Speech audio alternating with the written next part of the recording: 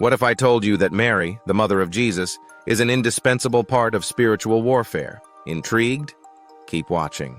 Many non-Catholics wonder, why do you Catholics make such a big deal about Mary?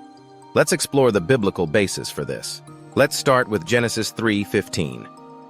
After Adam and Eve's rebellion, God curses the serpent and says, "I'll put enmity between you and the woman, and between your seed and her seed."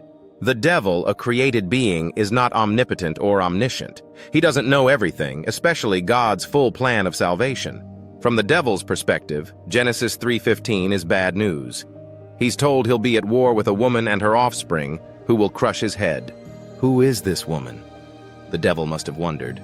The answer lies in the unusual phrase, her seed, in Genesis.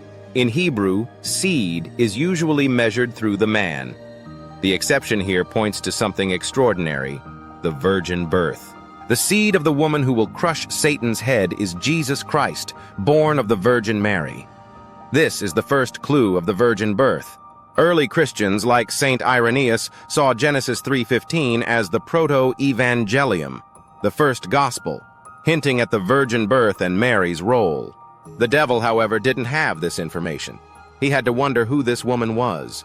Initially, Eve might seem like the woman in Genesis 3:15, but her offspring, Cain and Abel, don't fit the prophecy. In the book of Judges, we see two women, Jael and Judith, who prefigure Mary by crushing the heads of enemy generals.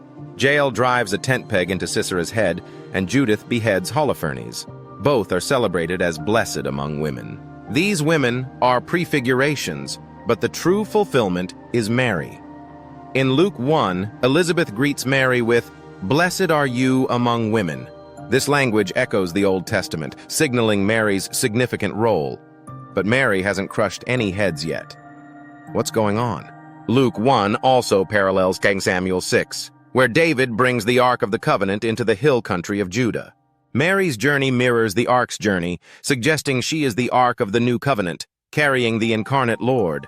The Ark's presence caused the idol Dagon to fall and be decapitated. This prefigures Mary's role in spiritual warfare. The Ark crushed a spiritual power Dagon, just as Mary will crush Satan. The connection is clear. Who crushes Satan's head, Mary or Jesus? The answer is both. Mary is the instrument God uses, just like the Ark. In John 2, Jesus performs a miracle through the servants. In John 4, Jesus baptizes through the apostles. God works through instruments. So, Mary and Jesus both crush Satan's head. It's not a competition, but a divine collaboration.